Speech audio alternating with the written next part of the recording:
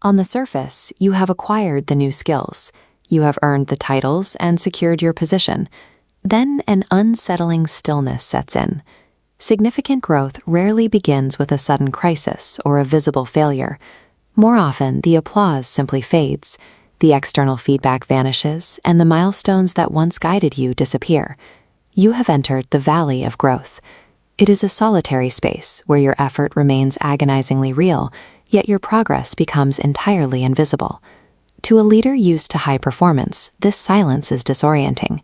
We are conditioned to navigate using external structures, statistics, feedback loops, and stage lights. When those vanish, we lose our orientation. Your nervous system actually interprets this delay of external relevance as an existential risk. Without the constant ping of validation, your biology signals that you are in danger of disappearing entirely.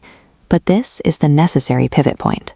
To move forward, you must transition from relying on motivation and validation to practicing quiet, unsupported discipline. The danger arises when progress stops offering immediate emotional rewards. Your professional identity begins to wobble, and the Valley of Growth threatens to mutate into the Valley of Indecision. Deprived of external confirmation, your mind begins to negotiate. You find yourself plagued by questions about whether you misjudged your timing or your own competence. This state triggers analysis paralysis. The fear of making an error or the anxiety of missing out on a better path causes your forward motion to completely stall. This maps that paralysis. Driven by decision fatigue, you get caught in endless what-if scenarios, cycling through options without committing. We negotiate to preserve options, but this freezes us in place, draining the very momentum required to move.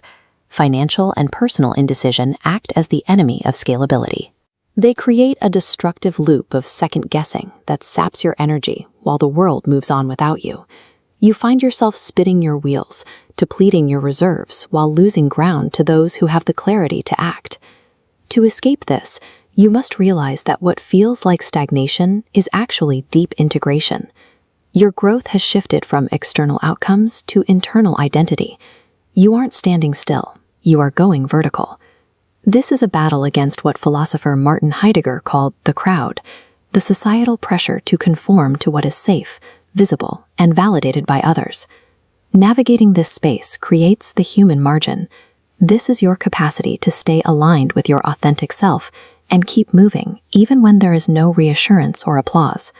Move 1 is the art of containment. Protect your forming identity by moving slowly.